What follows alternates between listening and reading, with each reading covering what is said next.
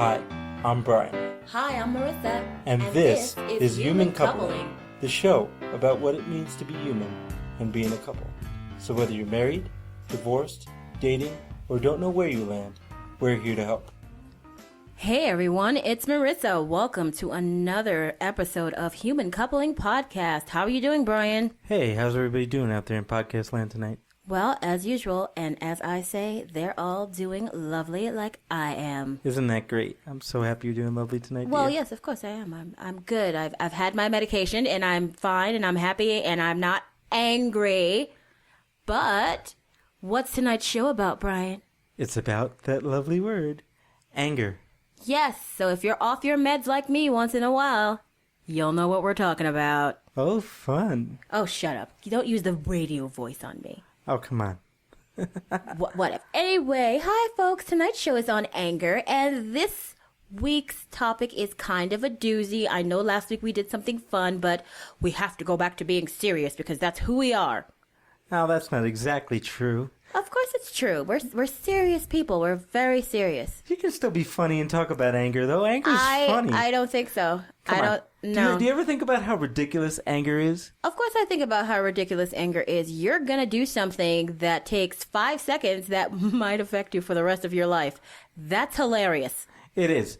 Or if you don't even take it to be that crazy, you know, something stupid as, oh, I put my muddy shoes on the carpet instead of putting it in the hallway because I'm absent-minded, can start this big fight, this big whirlwind that lasts an entire weekend. And you're like, what the hell happened here? I don't even know what this fight's about. Okay. But everybody's so angry at that point, nobody cares. And as the person who has to clean up those muddy shoes, whether it be a male spirit or a female spirit, as the person who takes care of all of that, yes, I'm going to be angry at you because you're making more work for me. And people in the relationship who get to be more leisurely. I'm going to call it that because that sounds good, right? Leisurely. The leisurely entity in the relationship and the one who has to keep the order in the relationship are always butting heads.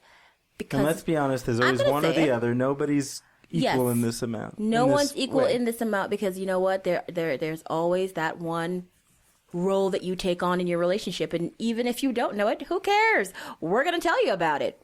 Exactly. So as I was saying, we're the ones, the organizers of the relationship. We're the ones who keep everything together. We're the ones who know where everything is. We get you there on time, and we get you what you need so you can proceed throughout your day.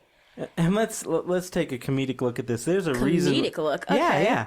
All right, come on. There's a reason why everybody argues about this type of stuff, no matter what type of relationship you have, romantic, platonic, you know, whatever kind of incarnation you want, is because it's so absurd.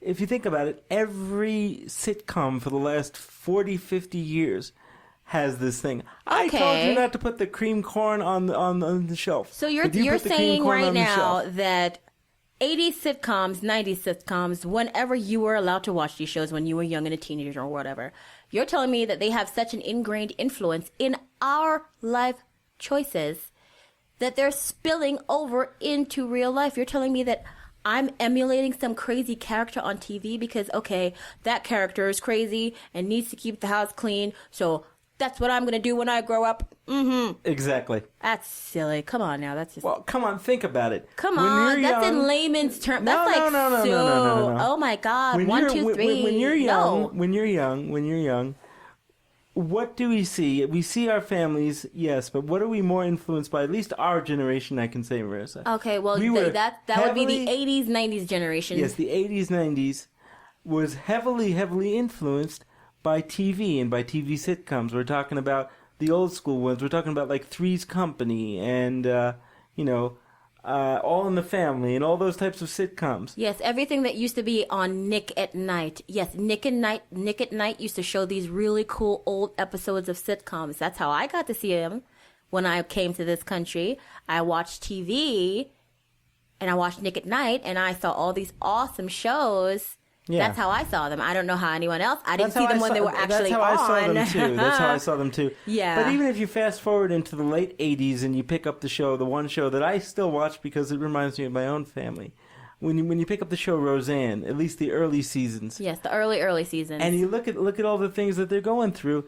Those are the things that we were going through too. But I wonder I really, really wonder how much of that, and that was the beginning of the mass media culture, how much of that really shaped who we are. Because as growing up as a child in the 80s and the 90s, you thought about Roseanne, you thought about The Cosby Show, maybe Family Ties, all those kinds of shows. So, how much of that really shaped who we were and who we thought we would be? And then there's Married with Children also, which is a total different type of thing. But you wonder. It just makes me wonder how much of our anger and how much of the things that we think are right actually come from where we were raised versus what we were shown. Okay, so that's just like a perception thing that you're talking about. We perceive that because this show had an episode on why mommy and daddy are mad at each other because they can't get 5 minutes alone and they couldn't find a babysitter that night.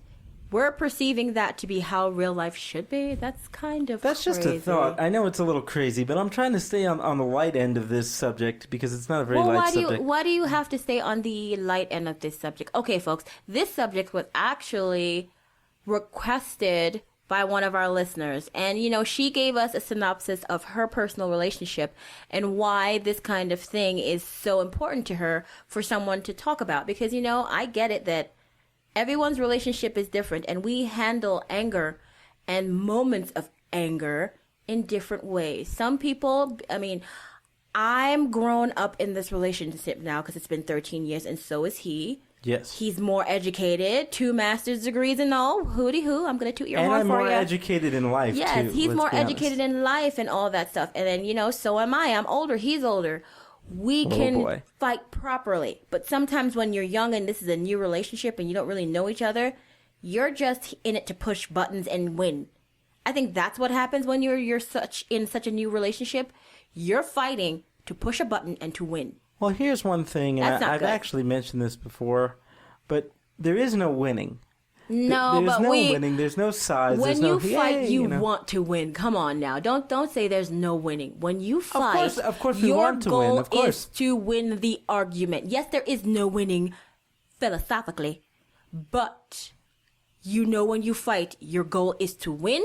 And most of the time in young couples, their goal is to win at any cost, with any words, no matter how evil and mean and cruel they are. It's true. And sometimes I think that people are out to hurt one another purposely. And I'm not saying physically, but even emotionally. No, emotional hurt still hurts too, because you are affected by that. You got to remember, whatever you say to somebody, even though you might not have meant it to be messed up, 15 minutes later after the argument, during that argument, you were trying to cut in like a knife. Exactly. So you said the most messed up thing possible. And you don't even know what you said. No.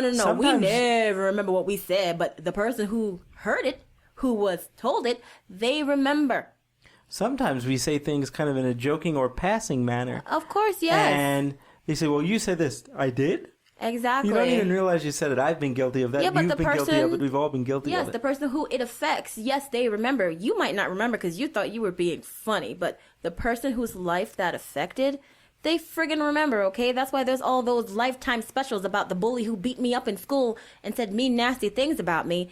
And 15 years later, I want to find him and tell him to go fuck himself because now I'm better and cuter and hotter. Exactly. If the world wasn't like that, there wouldn't be all these damn shows about that stuff. Finding the guy and showing him how good I'm doing. Yes, exactly. People are just, I don't know. I think living in the past happens and trying to make up for what happened back then.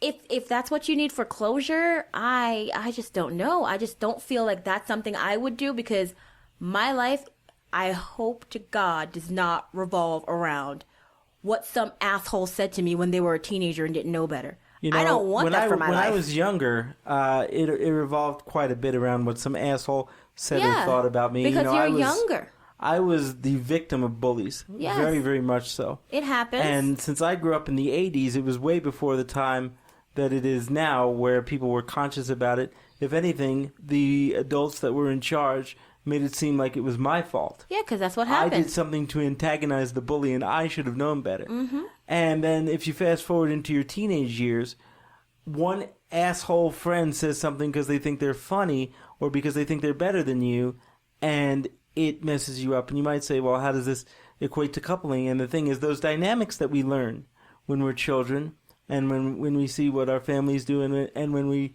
interact with our friends, also spill over into our romantic relationships. Of course, yeah.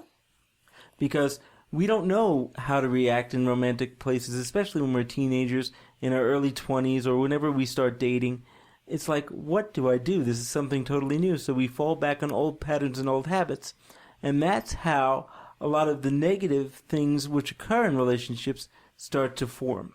Okay, and for me, I think you have to start with, okay, let's start this conversation with, what does your family have to do with your anger patterns? What do you think your family has to do with how your behavior towards split-second reactions are? What did you see your mom and dad do, or whoever you were raised by? What did you see them do in moments of anger that spilled over into your personality? You might not know it, but I'm just saying, if you take a really good look, you're going to see something that your mom or dad did or whoever raised you, and you're going to be like, holy crap, when did I turn into them?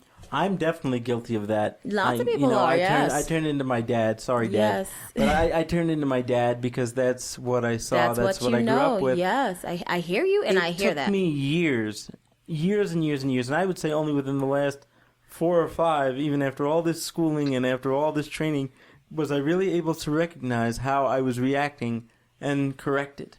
And it took me till I was in my 30s to say, you know what, I don't want to be that guy. I don't want to be the split-second guy. And I still have some slips, but for the most part, I'm really conscious of it, and I try not to be that way. And that's good because, in a relationship, you're going to have to learn not to be that guy. Yes, it all comes back to our relationship. Think before you speak. When people say that to you and you're like, shut the hell up. No. I don't listen to you. What the hell are you talking about? Exactly. They're not making a joke, and they're not being all hoity-toity. Let's use that word. That's a fun word, by the way. Oh, hoity-toity? Oh, yeah. That's a fun word for sure. I don't even know where that word comes from. But as I was saying, I'll look it up and let you know. Thank you very much. You're the man, by the way. Yes. Yes. When your friends and family say that to you, trust me, it's really, really good advice. I cannot tell you how much good advice that is. But, the day you learn that is good advice, you're going to realize it, because you're going to do something stupid and you're going to be like, damn, I should have thought before I spoke, because I can't take this back. It's true. Yeah, you can't take it back. Real life is not about rewind and pause and stop and, all that good stuff. There's no 80s montage to take back all the stupid things that you say. It's a montage. No, yeah. There's no lovely 80s montage. No, there's none of that. You're just going to have your memory of what you said and how you effed up your relationship because you said something stupid. That's what you're going to have. That's your rewind. Yeah, you're going to have to live with that. And that shapes you. The problem is, Marissa, that we as human beings generally live either in the future or in the past, and it's very hard to live in the present. And a lot of times when people have a lot of regrets because of anger that they had, they tend to live and relive in those tracks and in that state of mind, and it just doesn't do any good. So my thought is we have to try to move forward as much as possible and take those little nuggets of wisdom that we gleaned from there and said, shit, I don't want to do that again. No, you don't want to do that again. It doesn't do anything for you to do that again. And, it's funny because I think of the littlest things can start off an argument. One little argument that we had the other day, although it was playful, was over the term road scholar. Okay, shut your face. I didn't know what it really meant, okay? I know. And I'm not... Okay, fine. Let's do this. No. I'm not going after you because you don't know what the term road scholar meant. Because you know most people who say it's a rogue scholar.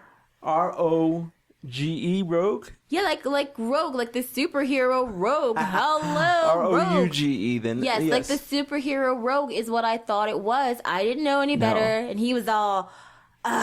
It's not rogue scholar, it's road scholar. And I explained the origins of the term road scholar. Yes, and I understand that, but still, F you, smarty pants. See, now I looked at it as, hey, maybe she doesn't realize that she's using the wrong term, so let me... Okay, but who doesn't use the wrong term? No, there's nothing wrong with it, but who doesn't use the wrong term once in a while? Even as we're talking about it now, it's starting a mini argument, so... I am not having you will know when I'm arguing with you. There we go, folks. Shut up. Anger. Okay. Anger. There it is. No. Because you always have to be right. See, that's the one thing in relationships that sucks, people. Someone always have to be right, and they have to drive their point home. Whatever. You see, but the point is not about rogue scholar or road scholar or the fact that I said, you know what, let me tell her where it came from. I thought I was doing a favor by saying, hey, no, this is what it is.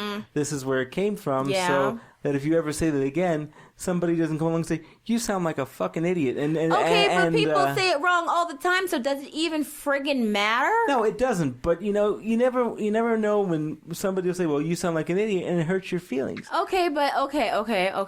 Now, there is a flip side to that. Yes. If you go around correcting people, they're gonna call you an asshole. So you have to remember that one. Okay, so it's not just me. Okay, no. Because sometimes when you do correct somebody and like, no, darling, it's not affect, it's effect. See.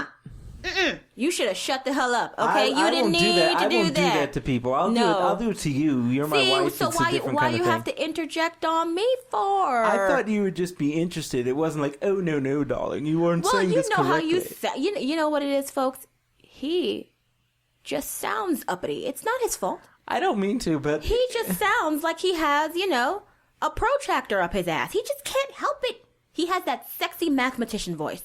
That's just who he is. I'm just going to go with that. He just has that sexy mathematician voice. Meanwhile, when I listen to my voice, I hate it. But everything he says, he sounds like he's a teacher, while I'm over here with my country-ass voice when I feel like it. She's a parrot. It's okay. She's a parrot. She can do like 20 different accents on demand. And we know why I have to do that. Yes, we do. As we mentioned in shows before, I have a disorder called dyslexia. I also have a horrible lisp, so it causes a speech impediment. And in order for me to speak correctly, sometimes I just change my accent, and it fixes everything. So yes, disability, I got you covered. What up? Yeah, we all have our disabilities. Exactly. I have it covered. And I come across kind of as a know-it-all sometimes. I don't mean to. I know you don't mean to, sweetie. But I'm a well-educated man, and I've been in school a long time. That's right. And we're growing up now, and we have to be big girls and big boys, and we have to listen to you be a total sexy nerd. It's okay. And even if I didn't go to all the universities that I went to and get all my licenses and training, I just like to read a lot. Yes, I always have. Do. He's so fancy with his book learning.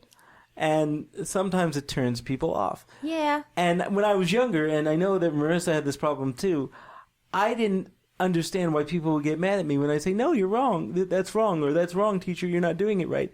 And they would get so pissed off at me.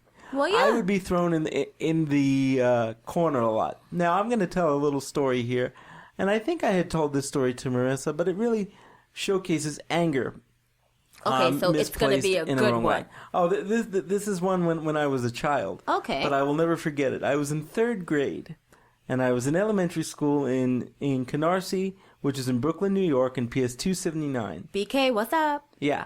And so here's what happened. I was in special education. I was mistakenly put in special education, which is a whole big story that maybe someday we'll go into. But I was going into a regular or a mainstream education class for reading and different things like that a couple of times during the day because I was smart. And the kids who were in my special education class didn't like that. They didn't like that I got to go out and that I was perceived as smarter. So they would make fun of me constantly and they would beat me up and do all sorts of different things. And one day when I came back and the teacher had stepped out of the room, they started picking on me again, and I got really pissed off. And I said, you know what?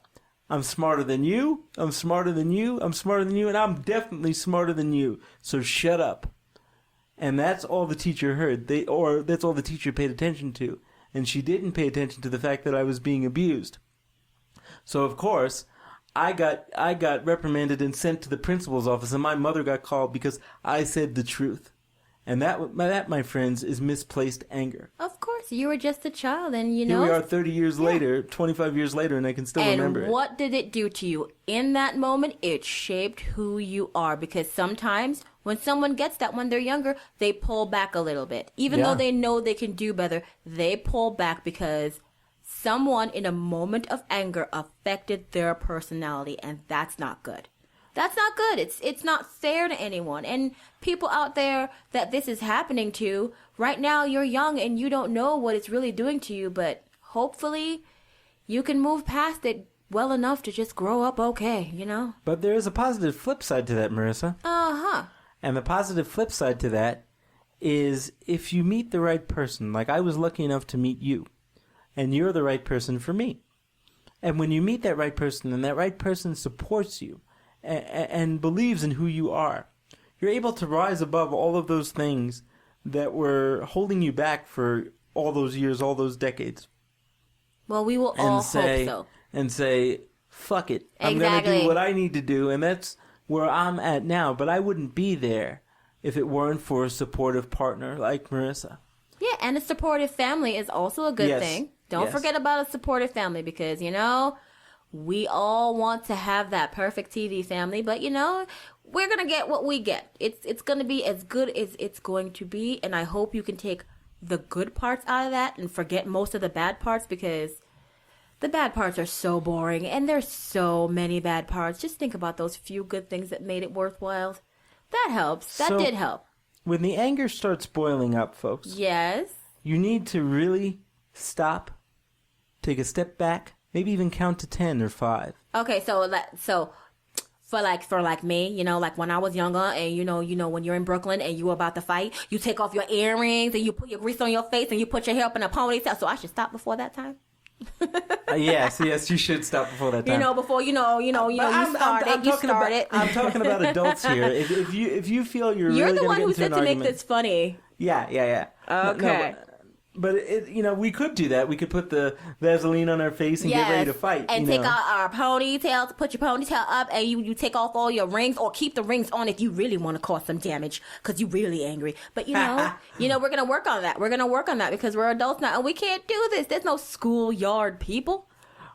What is that? Calm the hell down. What is that show that you watch? What show? The little kids show when the people start freaking out and they say, "Wait, Peg and Cat." Oh, Peg and Cat. It's my favorite show. It's so cute. Oh, God. So, I mean, the one thing that they do in that show, which makes sense, is they say, hold on, wait a minute. And they count to 10. Count to 10. And then they logically, calmly, and rationally try to figure out the problem. Now, I'm not going to say that happens. Sometimes you're going to have that all-out brawl, and you're going to be mean, and you're going to be vindictive, and you're going to scream, and you're going to yell, and you know what? Of course. That's actually healthy.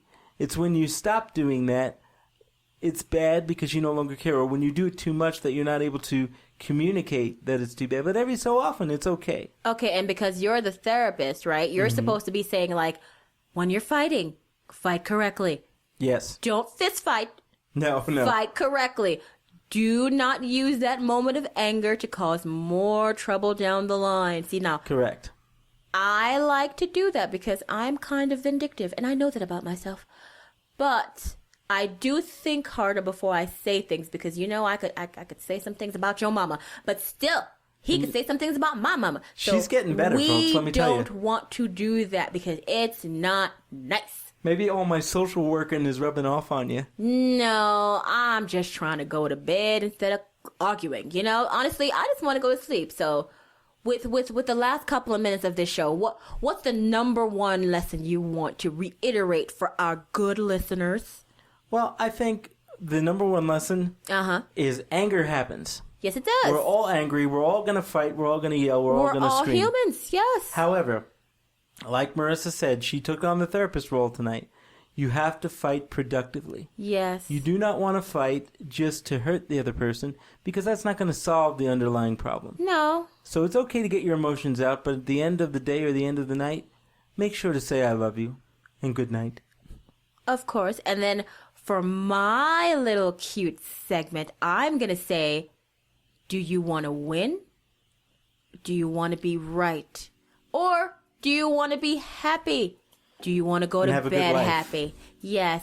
Happy wife, happy life rhymes for a reason, folks. Okay? Yeah? Yes, and of course. That actually goes both ways, but it doesn't rhyme so well. No, when it say doesn't happy because it's not true. Happy wife, happy life. That's why it rhymes. Yes. I see. Do you want to be happy or do you want to be right? Make your choices, people. And with that, I'd like to say I want to thank everybody who is listening and who has been contributing to our podcast and asking us to do show ideas. I think it's great. Yes, thank you. Keep on coming. And that's all I have to say on the subject. So, bye-bye now. Hey out there in podcast land, it's Brian from The Couple. Do you want more of the laughter, love, and hijinks that is the Human Coupling Podcast? If so, like us on Facebook, friend us on Facebook, subscribe to our YouTube channel, follow us on Twitter, follow us on SoundCloud, follow us on Google+. Would you like to let us know how we're doing or let us know how you're doing? Or do you have an idea for a show topic? If so, send us an email at humancoupling@gmail.com. Hope to hear from you soon. Bye-bye now.